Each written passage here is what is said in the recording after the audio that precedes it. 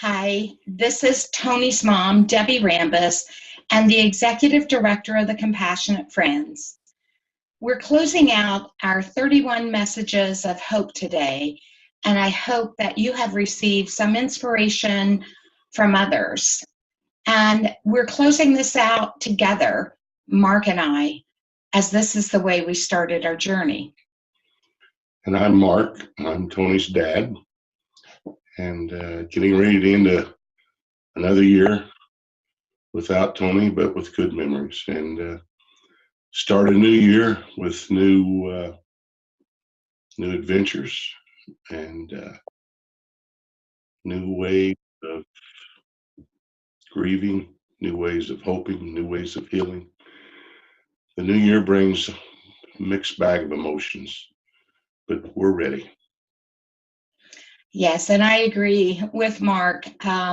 It's with a certain amount of sadness that another year goes by, but I also have hope that our memories, that your memories will be with you throughout the year, just as our memories of Tony are with us. And much like the butterfly, it starts from a caterpillar and turns into something beautiful. And I believe that our journey is much like that as well. And you're probably wondering why I'm holding this butterfly, but Deb and I, we try to raise butterflies here in Texas when it's not freezing, and we have milkweed gardens. And fact of the matter, I've probably got 15 caterpillars in the barn, which is a little netting house I have for them as they turn into cocoons. I don't know the big name for it, but as I sit out there and I watch the butterflies, it's interesting because I think the butterfly kind of resembles us, the ones left behind, the bereaved parents or siblings or grandparents.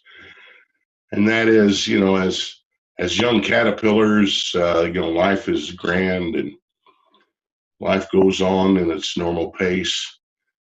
But then we suffer the death of a child or brother or grandchild, and we go into our cocoon. And sometimes we come out of it, and sometimes we don't. But while we're in that cocoon, while we're still trying to deal with what happened, the fog, the overwhelming grief, the new normal, and we stay in that cocoon until we come to accept, in however long that takes, or in whatever way that takes. Then we finally come out of our cocoon as a new person in a new life. And our hope is that all of us, all of you, wherever you're at in your journey, can blossom at some point into a new life with new hope in memory of our lost child, and that we go on. We go on with our child's memory in mind, and the happy memories, the good thoughts, the things that make us smile, that make us a new person. And I've always said Tony's death has made me a new person. I don't know if I'm as pretty as a butterfly, but I'm definitely a new form of a person. And we hope that comes to you.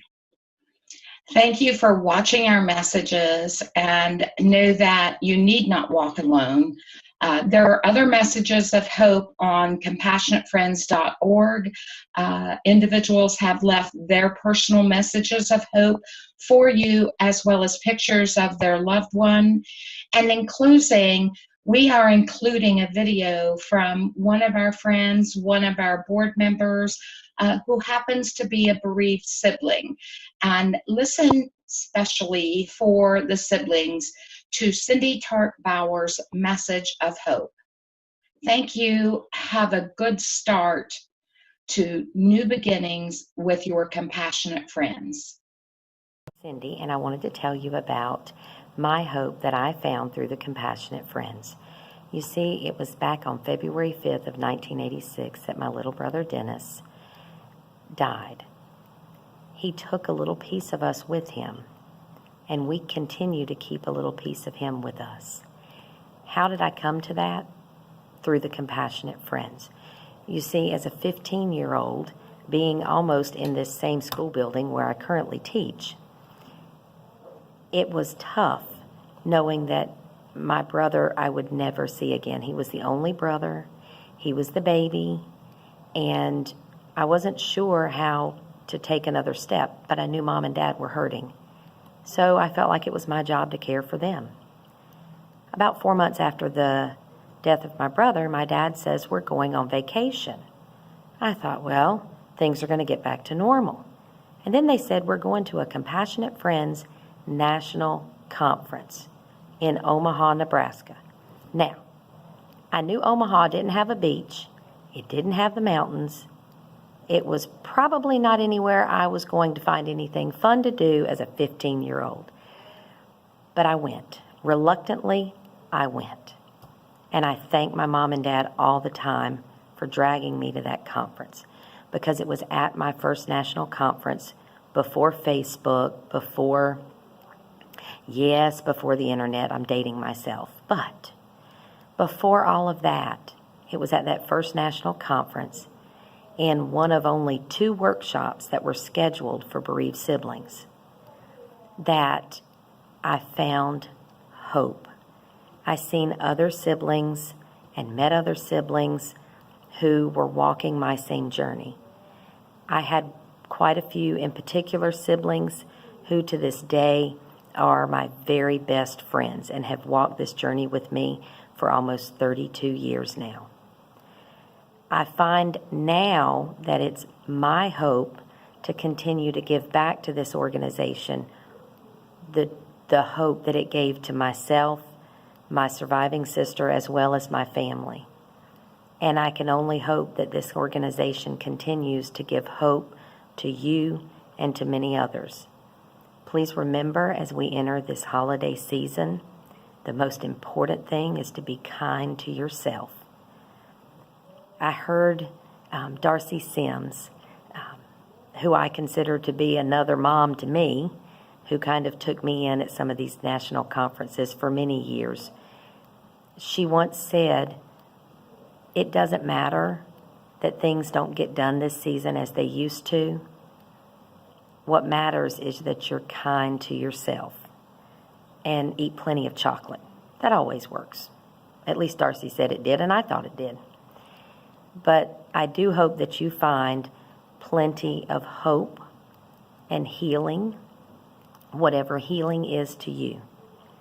And I thank you for listening to my video, and I just can't wait to see how many more people are helped through their grief journey while being a part of this organization. Thank you.